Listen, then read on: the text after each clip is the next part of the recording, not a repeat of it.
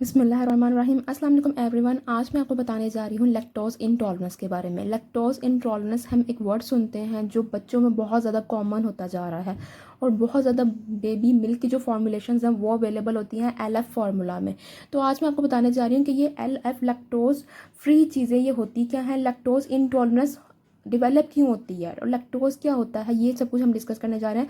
Lactose digestion का normal mechanism क्या है और एबनॉर्मल मैकेनिज्म क्या होता है, कि अगर लैक्टेज एंजाइम की डेफिशिएंसी हो जाए तो फिर क्या प्रॉब्लम्स हो सकती हैं, ठीक है। और क्या इसकी मैनेजमेंट है, दिस इज़ वेरी इंपॉर्टेंट कि हम मैनेजमेंट को डिस्कस करने जा रहे हैं। क्या डाइटरी और लाइफस्टाइल मॉडिफिकेशंस हम कर सकते हैं कि अगर किसी पेशेंट में, किसी बच्चे में लैक्टोज इंटॉलरेंस होती है तो हम उसको किस तरह से डील कर सकते हैं। तो सबसे पहले हम लोग पढ़ते हैं कि ये लैक्टोज है क्या चीज़। लैक्टोज एक डाइसेकेराइड शुगर है, यानी कि ये दो शुगर से बनी हुई एक फर्दर जो है ना कम्प्लेक्स शुगर है, जो कि बनी किन दो शुगर से हुई है, ग्लूकोज और गैलेक्टोज से। ये मौजूद किस में होती है, किसी भी डेयरी प्रोडक्ट में या फिर मिल्क प्रोडक्ट में, यानी कि मिल्क बेस्ड प्रोडक्ट हो या मिल्क हो या फिर कोई भी डेयरी प्रोडक्ट हो, उसके अंदर जो है वो लैक्टोज एक स्पेसिफिक शुगर है जो मौजूद होती है। और ये लैक्टोज किन दो शुगर से बनी होती है, ग्लूकोज एंड गैलेक्टोज से। जब इसका डाइजेशन होता है, यानी कि जब हमारी बॉडी के अंदर जाके इसने डाइजेस्ट होना होता है, तो इस लैक्टोज ने जो है कन्वर्ट होना होता है इस ग्लूकोज और गैलेक्टोज में। अगर तो ये नॉर्मली इसमें कन्वर्ट हो रही है, ठीक है, without any formation of gas, तो ये क्या होगा कि एक नॉर्मल मैकेनिज्म होगा। और अगर ये इसमें कन्वर्ट होने के बजाय गैस फॉर्म कर रही है तो इसका मतलब क्या है कि जो इसकी डाइजेशन है वो सही तरह से वो नहीं हो पा रही है। तो अभी हम लोग देखते हैं कि इसका एक नॉर्मल मैकेनिज्म लैक्टोज डाइजेशन का क्या होता है।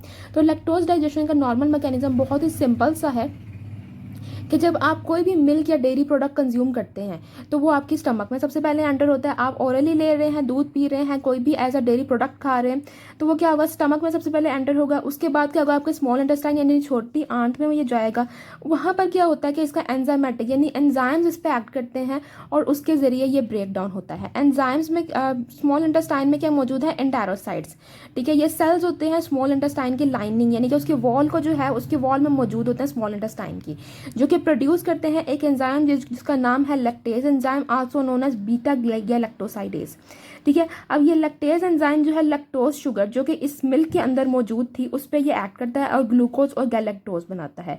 ये क्योंकि सिंपल शुगर होते हैं तो ये इजीली एब्जॉर्ब हो जाते हैं आपकी बॉडी में और एंटर करते हैं ब्लड में। अब ब्लड से जब ये एंटर होते हैं तो ये हर सेल में जाते हैं और वहाँ पर ये एनर्जी प्रोवाइड करते हैं या फिर स्टोर हो जाते हैं फॉर द फ्यूचर यूज़। तो ये था हमारे पास नॉर्मल लैक्टोज की डाइजेशन का मैकेनिज्म।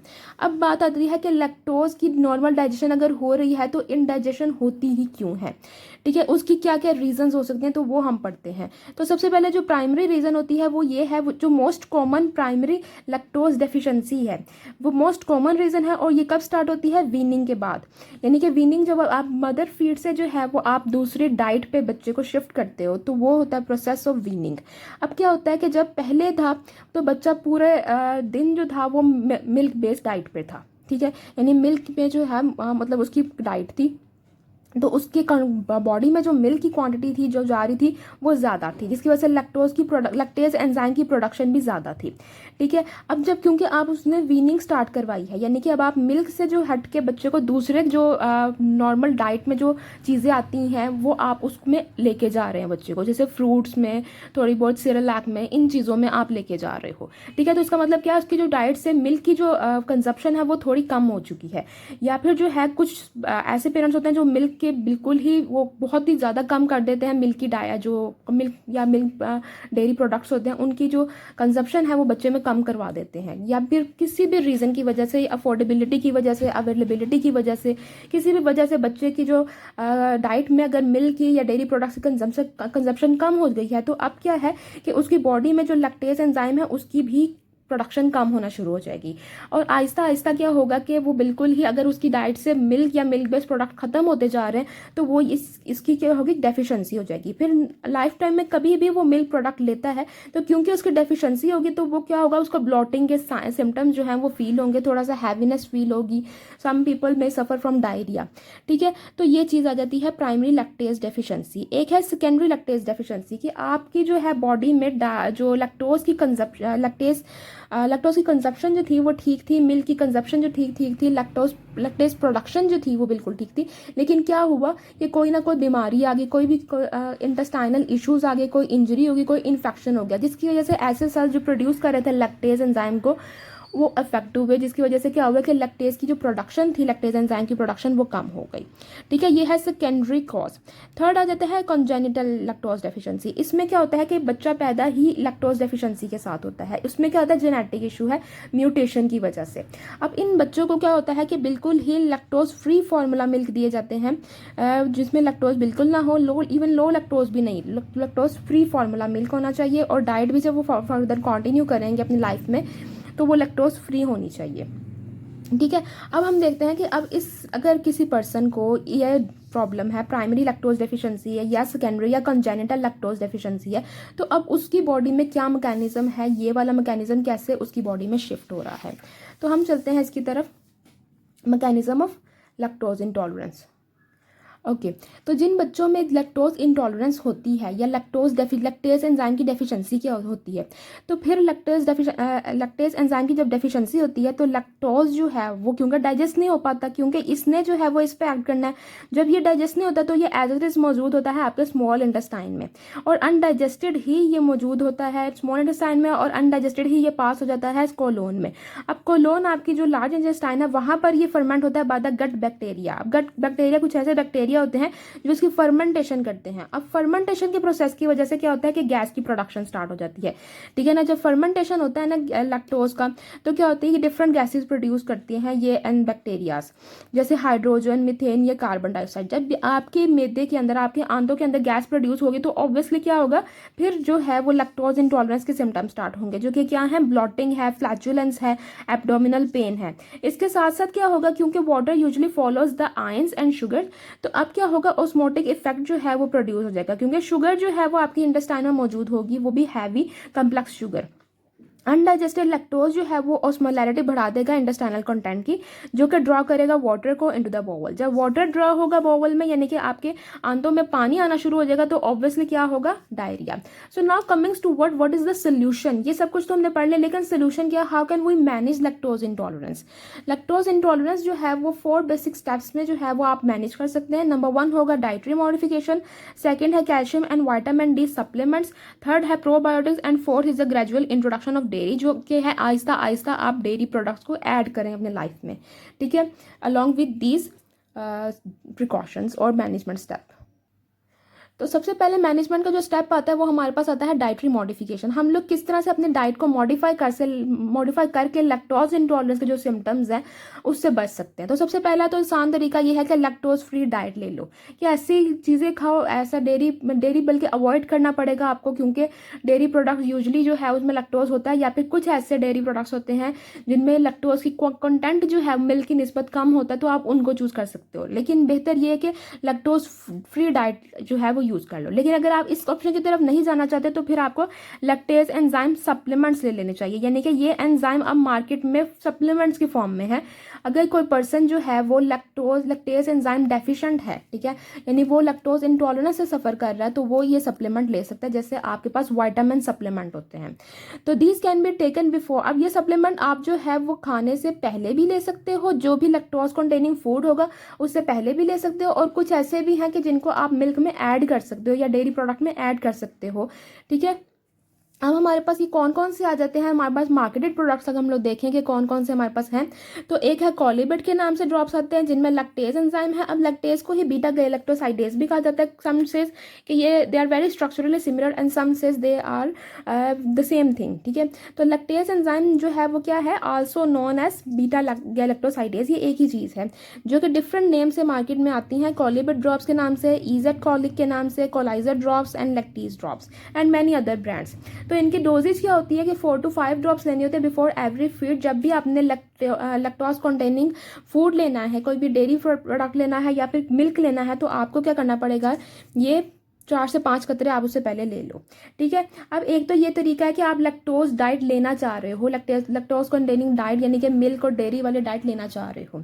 लेकिन अगर आप जो है वो अवॉइड कर रहे हो, इस स्टेप की तरफ आप लोग मूव कर रहे हो, लैक्टोज फ्री डाइट ले रहे हो, तो ऑब्वियसली अगर आप डेयरी और मिल्क को अवॉइड करोगे तो आप में कैल्शियम एंड विटामिन डी की डेफिशिएंसी हो जाएगी। तो उसका हल क्या है कि उसका हल ये है कि आपने कैल्शियम फोर्टिफाइड फूड लो या फिर कैल्शियम सप्लीमेंट या विटामिन डी सप्लीमेंट्स जो है, बल्कि विटामिन डी और कैल्शियम दोनों ही लेना पड़ेगा आपको, ठीक है ना, वो आपने लेने हैं, ठीक है। अब हमारे पास तो होगी दो बातें, दो स्टेप्स कि एक तो dietary modification, calcium and vitamin D supplementation. Now coming toward the third and the most important step which is the probiotic intake. अब प्रोबायोटिक्स क्या होते हैं, जो हम लोगों ने प्रोबायोटिक्स का मैंने आपको बहुत डिटेल से लेक्चर दिया हुआ है कि प्रोबायोटिक्स क्या होते हैं और मार्केटेड प्रोडक्ट्स कौन कौन से हैं, किस तरह से इसको इस्तेमाल करना चाहिए, ठीक है, वो हमें चैनल पर जाके देख सकते हैं लेक्चर। अब हम लोग ये देख रहे हैं कि ये प्रोबायोटिक्स हमारे पास लैक्टोज इंटॉलरेंस में किस तरह से हेल्प करते हैं। प्रोबायोटिक्स क्या करते हैं, लैक्टेज की एक्टिविटी को बढ़ा देते हैं। किस तरह से बढ़ा देते हैं कि कुछ प्रोबायोटिक्स जिनको कहा जाता है लैक्टिक एसिड बैक्टीरिया, जिनमें खास तौर पे लैक्टोबैसिलस आता है और बिफिडोबैक्टीरियम भी आता है और भी कुछ 3-4 और बैक्टीरियाज आते हैं, ठीक है, जो क्या कहलाते हैं lactic acid bacteria. Lactic acid bacteria उन बैक्टीरिया को कहा जाता है जो कि फर्मेंट करते हैं शुगर को इनटू लैक्टिक एसिड में इंस्टेड ऑफ प्रोड्यूसिंग गैस, ठीक है। तो अब ये क्या करते हैं, कुछ सम प्रोबायोटिक स्ट्रेन जैसे लैक्टोबैसिलस एंड बिफिडोबैक्टीरियम वो प्रोड्यूस करते हैं लैक्टेज को, यानी कि या तो वो इस एंजाइम को प्रोड्यूस करेंगे या ऐसे एंजाइम्स को प्रोड्यूस करेंगे जो कि ब्रेक डाउन करेगा लैक्टोज को इनटू द गट, इन गट में, मतलब आपके मैदे में जो है वो लैक्टोज को डाइजेस्ट करेगा लेकिन गैस को प्रोड्यूस नहीं करेगा।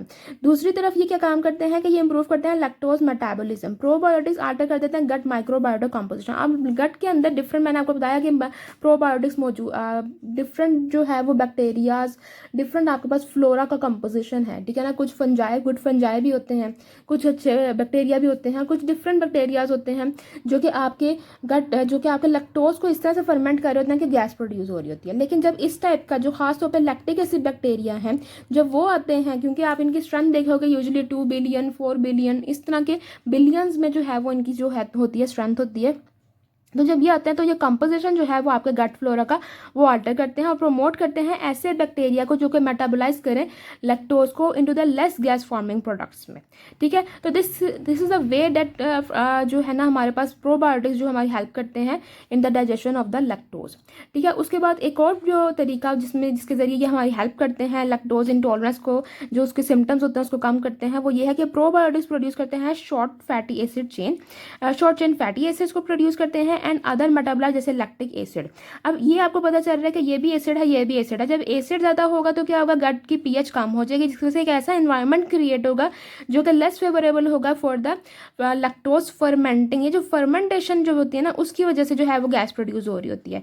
तो ये जब लो पीएच का जो इन्वायरमेंट है ना, ऐसे बैक्टीरिया जो लैक्टोज को फर्मेंट करता है उनके लिए इतना फेवरेबल नहीं होता, और दूसरी तरफ जो पैथोजेनिक बैक्टीरिया हैं उनके लिए, जो हार्मफुल बैक्टीरिया होते हैं उनके लिए भी इतना फेवरेबल नहीं होता, ठीक है। लेकिन ये उनके लिए फेवरेबल होता है जो कि बेनिफिशियल बैक्टीरिया होते हैं, जो लैक्टोज को सही वे में डाइजेस्ट करते हैं, सही वे में ब्रेक डाउन कर रहे होते हैं, ठीक है। तो इसीलिए प्रोबायोटिक्स अगर आप नॉर्मली भी लेते हो किसी इन्फेक्शन के लिए भी इनफैक्ट, तो ये क्या करते हैं कि जो पैथोजेनिक बैक्टीरिया को इस तरह से वो चैलेंज करते हैं, ठीक है ना। अगर हम लोग देखें कि ये ब्रांड्स कौन कौन से अवेलेबल हैं, ये खासतौर पे प्रो कोलिक के नाम से। कोलिक होता है ये है कि वो एब्डोमिनल पेन होना, ठीक है ना, ब्लोटिंग होना, गैस प्रोडक्शन, फ्लैचुलेंस, इसको कहा जाता है, ठीक है। तो ये प्रो कोलिक के नाम से ड्रॉप आता है, जिसमें हमारे पास 2 बैक्टीरिया मौजूद होते हैं, प्रोबायोटिक स्ट्रेन्स मौजूद होते हैं। Number 1 this pediococcus and second is a bifidobacterium, ठीक है। इसका भी अगर हम लोग डोज देखें तो हमारे पास डोजेज 5 ड्रॉप्स ही है फॉर 2 वीक्स और as directed by physician. Most importantly ये है कि आप लोगों ने सिम्टम बेस्ड जो है वो ट्रीटमेंट खुद से स्टार्ट नहीं करना, हमेशा फार्मासिस्ट या फिजिशियन की जो रिकमेंडेशन है उसके बेसिस पे जो है वो ट्रीटमेंट को स्टार्ट किया जाता है। This is the lecture for particularly those जो समझना चाह रहे हैं कि लैक्टोज इंटॉलरेंस होता क्या है, ठीक है ना, आप लोग किस तरह से इसको डील कर सकते हो, किस तरह से पेशेंट्स को जो है वो डील कर सकते हैं आप ऐसे पेशेंट्स को, ठीक है, और क्या वे होता है। मतलब most important thing is that कि आप लोगों ने लेना कैसे होता है इन प्रोडक्ट्स को। जैसे अगर आप लैक्टेज सप्लीमेंट ले रहे हो तो आप लोगों ने बिफोर फीड लेना होता है, ठीक है ना। तो ये चीज़ कुछ चीज़ें थी। और नंबर 4 यही है कि आपने जो है वो ग्रेजुअल इंट्रोडक्शन करना है डेयरी है, ठीक है। तो this is all about the lactose intolerance, ठीक है ना, and how can we manage it. अगर आपको लेक्चर की समझ ना आई हो तो आप कमेंट्स में पूछ सकते हैं, फेसबुक पेज के थ्रू भी मुझसे कॉन्टैक्ट कर सकते हैं। और अगर आपको समझ आई है तो मेरे चैनल को जरूर सब्सक्राइब कीजिएगा और अपने फ्रेंड्स के साथ इसको जरूर शेयर कीजिएगा। अंटिल नेक्स्ट वीडियो, अल्लाह हाफिज़।